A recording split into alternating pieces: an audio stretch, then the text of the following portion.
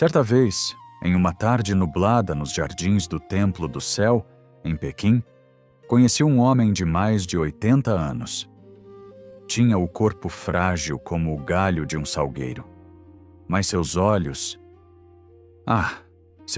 eram como 2 lagos de montanha, profundos, calmos e transparentes. Ele observava os pinheiros centenários e me perguntou com um leve sorriso: "Você, ocidental, sempre pergunta por quê. Por que nasceu? Por que está aqui? Por que a vida é como é? Nós, orientais, perguntamos como. Como viver? Como fluir? Como encontrar paz no meio do caos?" Naquele instante, o vento pareceu parar. As folhas dos pinheiros sussurraram um segredo antigo. E eu compreendi que aquela diferença simples entre por quê e como escondia um dos maiores segredos espirituais do Oriente. Se você já acordou no meio da noite com aquela pergunta que dói: qual é o sentido da minha vida? Ou se já sentiu que está apenas repetindo dias, seguindo um roteiro que não foi você quem escreveu. Então talvez este vídeo seja a resposta silenciosa que sua alma vem tentando te dizer há muito tempo. A visão oriental não oferece uma explicação, oferece um caminho. E às vezes, esse caminho não leva aonde imaginamos. Ele nos tira o chão.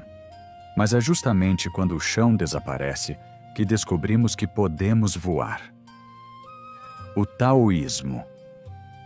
A arte de fluir sem porquê. Conta-se que, há muito tempo, um lenhador vivia às margens de um rio. Todas as manhãs ele cortava lenha sem descanso, lutando contra a dureza da madeira e o calor do sol. Seu corpo doía e seu espírito pesava. Um dia, exausto, ele largou o machado e ficou apenas olhando a correnteza. As águas passavam, leves, firmes, sem pressa. E ele pensou: enquanto luto contra o mundo, o rio apenas flui, e ainda assim, tudo o que precisa fazer, ele faz. No dia seguinte, em vez de cortar, o lenhador começou a deixar os troncos rolarem até o rio. A corrente os levava até a aldeia, onde eram recolhidos. Seu trabalho tornou-se simples, natural, quase silencioso. Foi assim que ele aprendeu o primeiro segredo do Tao. O esforço excessivo é uma forma disfarçada de resistência à vida. O taoísmo, fundado nos ensinamentos de Lao Tzu, é o caminho da harmonia natural. Não é uma religião, mas uma arte. A arte de viver de acordo com o fluxo invisível do universo. Lao Tzu escreveu no Tao Te Ching: o sábio é como a água, beneficia todas as coisas e não compete com nenhuma. O Tao, o caminho, não exige que você tenha um propósito, mas que você seja o próprio movimento da vida. Ele não te pede para lutar contra o que é, mas para permitir que o que é siga seu curso. Vivemos em um tempo em que tudo parece exigir uma resposta. O que você faz? Onde quer chegar? Qual é o seu propósito? Mas o Tao não quer saber onde você vai. Ele quer saber como você caminha. Quando paramos de correr atrás de respostas, a vida começa a nos mostrar o caminho. Zhuangzi, discípulo de Lao Tzu, contou certa vez sobre um homem que tinha medo de sua própria sombra e de suas pegadas. Ele corria para se livrar delas, mas quanto mais corria, mais a sombra o seguia e mais pegadas deixava no chão. Até que ele parou. Simplesmente parou. E a sombra desapareceu. Quantas vezes vivemos assim? Correndo de nossas próprias sombras, buscando um porquê tão distante que esquecemos de viver o como deste instante. O taoísmo nos lembra que não viemos cumprir uma missão, Viemos participar de uma dança cósmica. Não viemos para conquistar o mundo, mas para nos harmonizar com ele. A ansiedade moderna, esse buraco invisível que consome tanta gente, nasce da crença de que precisamos controlar a correnteza. Mas o rio não precisa de controle. Ele apenas segue seu curso e, no fim, chega sempre ao mar. Lao Tzu dizia: a vida é uma série de mudanças naturais e espontâneas. Resistir a elas é criar sofrimento. E talvez seja isso o que esquecemos. Passamos a vida inteira tentando ser alguém, quando o verdadeiro segredo é apenas ser. Quando você deixa de forçar a vida começa a fluir através de você. E o sentido, esse mistério que tanto procuramos, deixa de ser uma ideia e se torna uma experiência.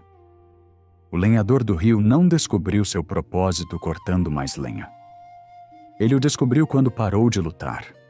E é aí que a magia acontece. Quando o fazer se transforma em ser. O taoísmo não é sobre desistir, mas sobre agir sem resistência. É o que Lao Tzu chamava de Wu Wei, a ação sem esforço. Quando você age sem forçar, sua ação se torna precisa, natural, viva. O Tao age através de você. A sabedoria oriental não busca um porquê metafísico, mas um como prático. Como estar presente? Como ser simples? Como agir com suavidade? Essa simplicidade não é passividade, é poder em sua forma mais pura, o poder de quem não luta contra o que é, mas flui com o que existe. E quando você flui, descobre que o universo nunca foi contra você.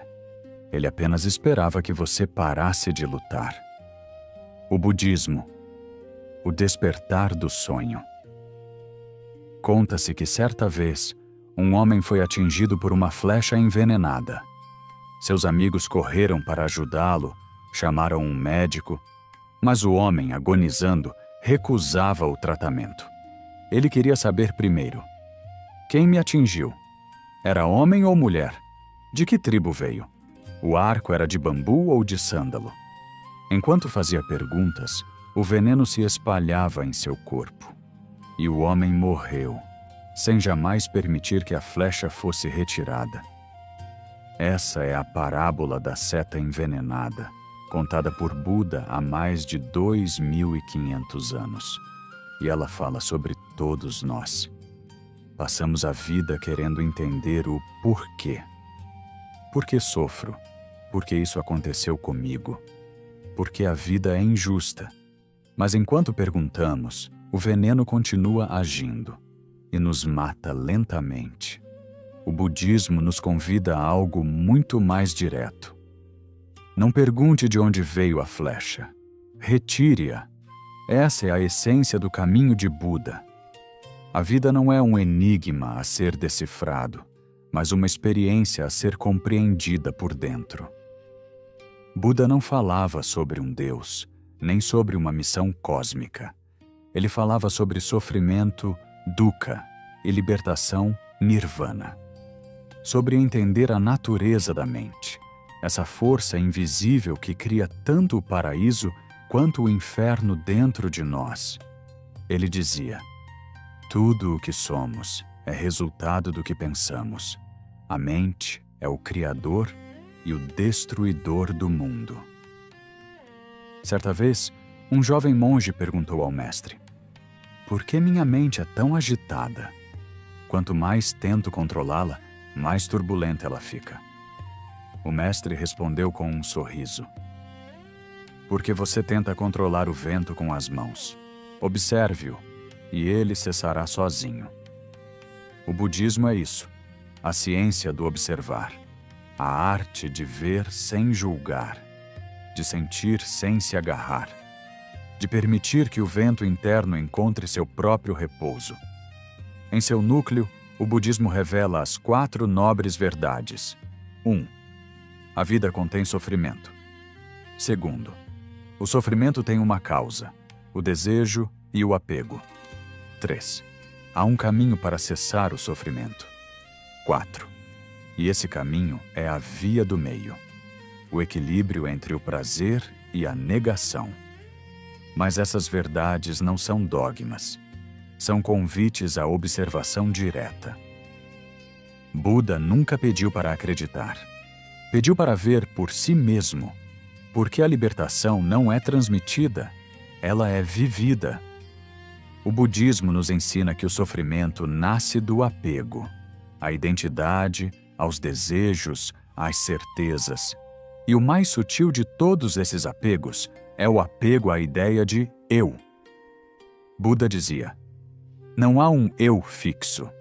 O que chamamos de pessoa é apenas um conjunto de pensamentos e sensações em constante mudança. Observe-se agora. Você é o mesmo que era há 10 anos? As células mudaram, os pensamentos mudaram, os medos mudaram. E ainda assim, algo permanece. O testemunho silencioso. Essa consciência que observa tudo sem mudar é o que o Zen chama de natureza búdica. É a parte de você que não nasce e não morre. Mas o ego, esse falso eu, não aceita desaparecer. Ele busca controle, significado, importância. Quer que tudo tenha uma razão porque teme o vazio. E o budismo nos diz: esse vazio é a verdade. O vazio não é ausência, é plenitude. É o espaço no qual tudo pode surgir. Quando paramos de resistir a ele, descobrimos que o vazio é o útero do infinito. Um dia, um monge perguntou a Buda: o que você ganhou com a meditação? E ele respondeu: nada. Mas perdi a raiva, o medo e a ilusão de separação. Esse é o poder da mente quando está desperta. Ela deixa de ser uma cela e se torna um templo. Na prática, dominar a mente não é lutar contra ela, mas educar seu olhar. Quando surge um pensamento, não o siga. Quando vem uma emoção, não a rejeite. Apenas veja. E na simples visão, o ciclo se dissolve. Buda comparava isso ao fogo. Quando o combustível acaba, o fogo se apaga. Assim é o desejo, o combustível do sofrimento. Mas o budismo não é apenas introspecção. Ele também é compaixão. Porque quando você compreende sua própria mente, passa a ver o sofrimento alheio como extensão do seu. O mestre tibetano Shantideva dizia: todos os seres buscam a felicidade, mas poucos sabem onde ela realmente está. E é por isso que o verdadeiro despertar não é individual, é coletivo. Você desperta para lembrar aos outros que eles também podem ser dados enquanto estamos. Imagine que a vida é um sonho. Você acredita que é real até que desperta.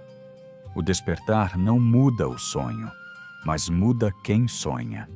E é esse despertar que o budismo chama de nirvana.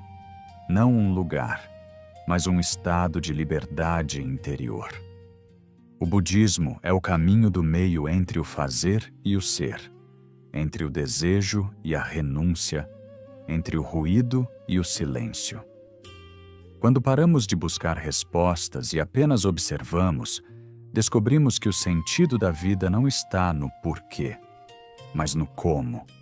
Como respiramos, como amamos, como olhamos o mundo, como escutamos o agora. E assim, o porquê desaparece, porque o como se torna tudo o que existe. O confucionismo, a arte de tecer relacionamentos. Certa vez um jovem discípulo perguntou a Confúcio: Mestre, como posso encontrar meu propósito?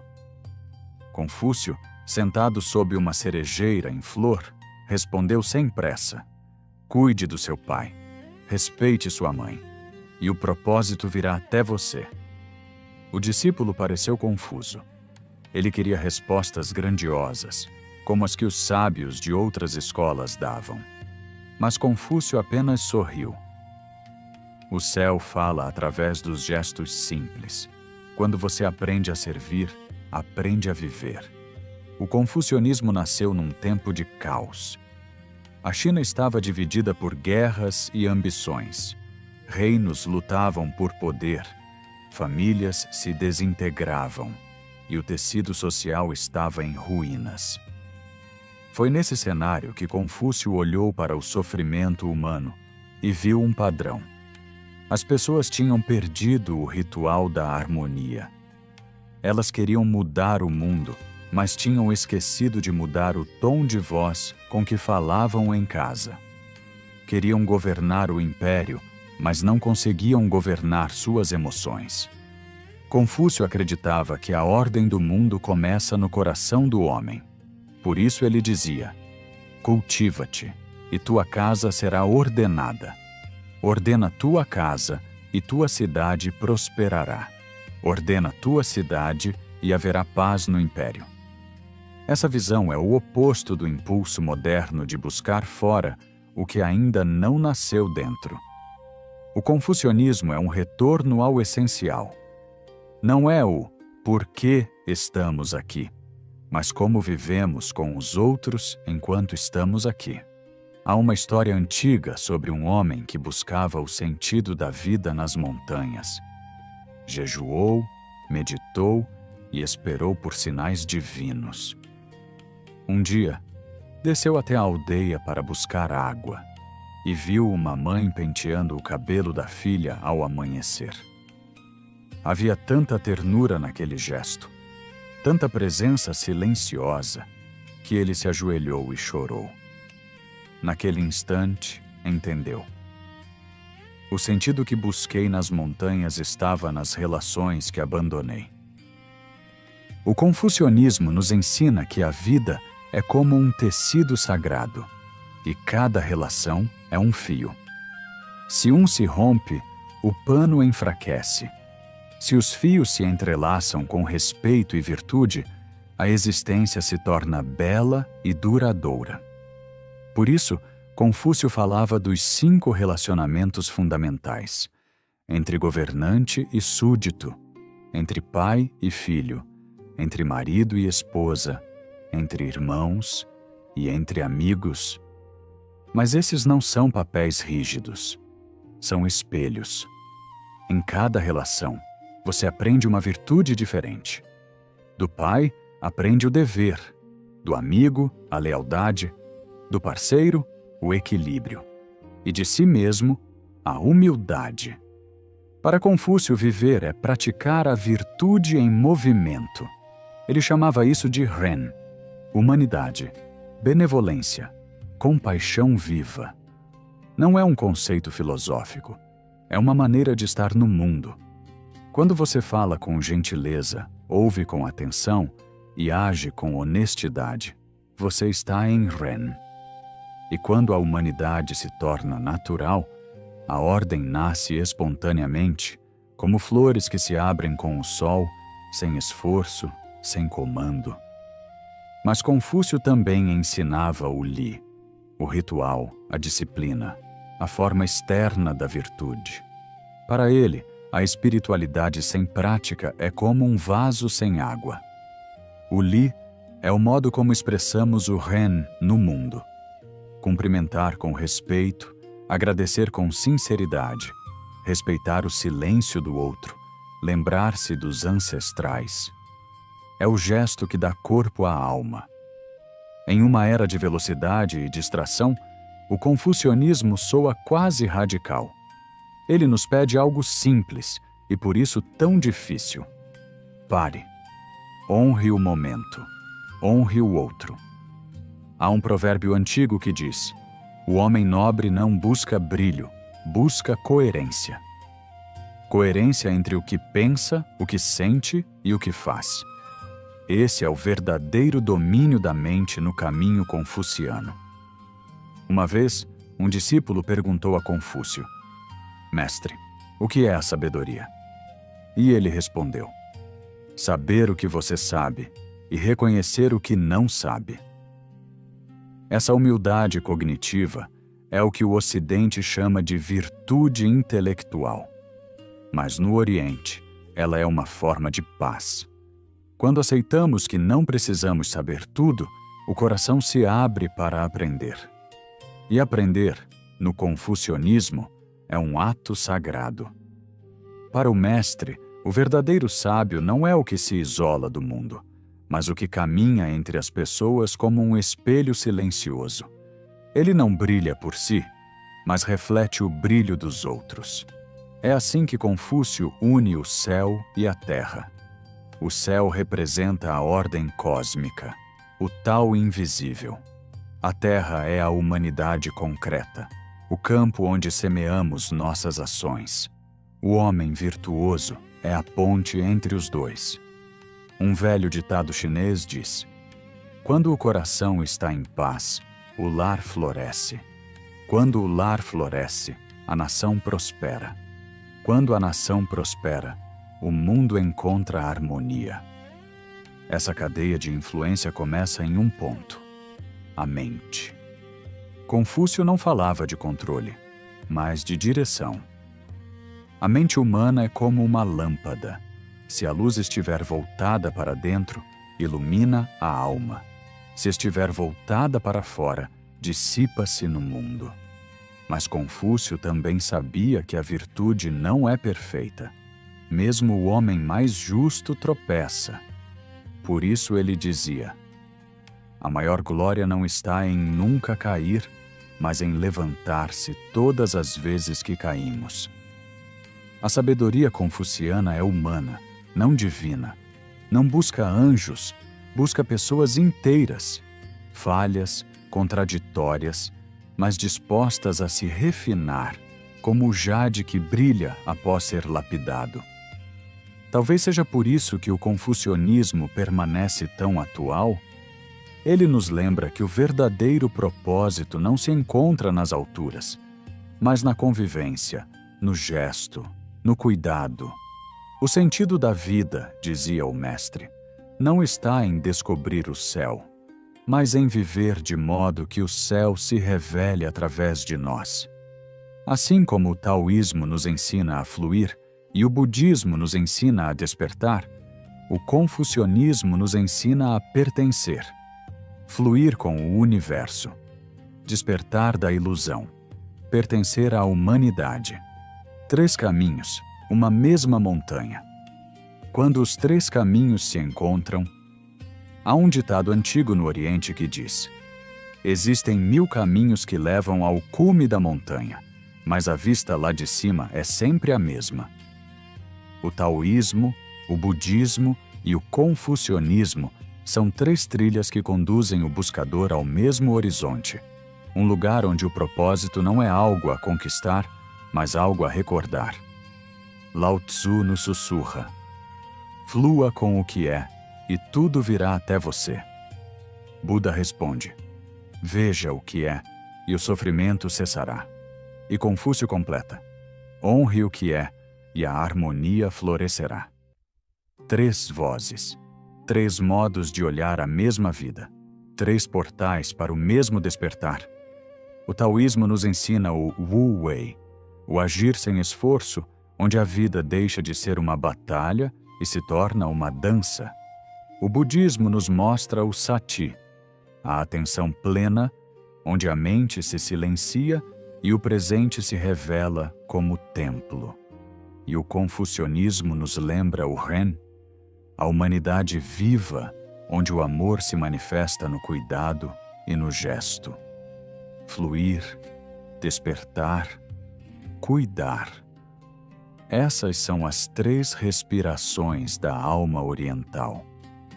Há uma parábola pouco conhecida que une esses 3 mestres. Conta-se que Lao Tzu, Buda e Confúcio se encontraram em um sonho, diante de uma taça de vinagre. Cada um provou um gole. Confúcio franziu o rosto. É azedo, como o mundo precisa de ordem. Buda sorriu com compaixão. É amargo, como o sofrimento humano. Lao Tzu apenas fechou os olhos e disse: é doce, como o que é natural. Na verdade, todos estavam certos. O vinagre era a própria vida, e cada um a provou com o sabor do seu caminho. A sabedoria oriental não nos entrega uma única verdade. Ela nos oferece uma bússola. O taoísmo aponta para o fluxo, a entrega à natureza das coisas. O budismo aponta para o centro, a liberdade que nasce da consciência desperta. E o confucionismo aponta para o outro, a harmonia que nasce das relações humanas. Quando esses três vetores se unem, eles formam o triângulo perfeito da sabedoria. A direção, o centro e o sentido. Mas há um ensinamento oculto que conecta todos eles, um segredo que raramente é dito em palavras. Lao Tzu chamava de voltar à origem. Buda chamava de cessar o desejo. Confúcio chamava de retornar à virtude. Todos apontavam para o mesmo destino, o domínio da mente. Porque o que nos afasta da paz não é o mundo, é a forma como a mente o interpreta. Não é o caos lá fora, mas a resistência aqui dentro. Um velho mestre Zen dizia: você não precisa aprender a controlar o vento. Precisa apenas aprender a ajustar as velas. Dominar a mente não é aprisioná-la, é compreendê-la. É perceber que ela é como um lago. Quando agitado, reflete distorções. Quando o taoísta silencia, ele flui. Quando o budista silencia, ele desperta. Quando o confucionista silencia, ele ouve o outro. 3 silêncios, 3 caminhos, uma mesma iluminação. Todos os conflitos humanos, a ansiedade, a pressa, o medo, o orgulho, nascem de uma mente desgovernada. Mas uma mente em harmonia com o Tao, atenta como o Buda e compassiva como Confúcio, transforma qualquer existência em arte. Pense nisso. O rio não pergunta para onde corre. A flor não pergunta por que floresce. A brisa não pergunta se é digna de soprar. Tudo no universo simplesmente é. E o ser humano, o único que pergunta o porquê, é também o único que se afasta do como. Mas quando voltamos a essa simplicidade sagrada, descobrimos que a vida não precisa de explicação. Ela só precisa ser vivida com presença. Buda dizia: a mente é tudo. O que você pensa, você se torna. Lao Tzu dizia: conhecer os outros é sabedoria. Conhecer a si mesmo é iluminação. E Confúcio dizia: aquele que vence a si mesmo é o maior dos guerreiros. 3 mestres, 3 tempos, uma mesma voz, todos nos chamando de volta ao centro, aquele lugar silencioso onde o eu se dissolve e o ser floresce. Então, o que viemos fazer aqui? Talvez tenhamos vindo lembrar.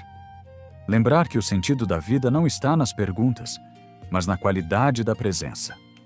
Não está nas respostas, mas na harmonia entre corpo, mente e espírito.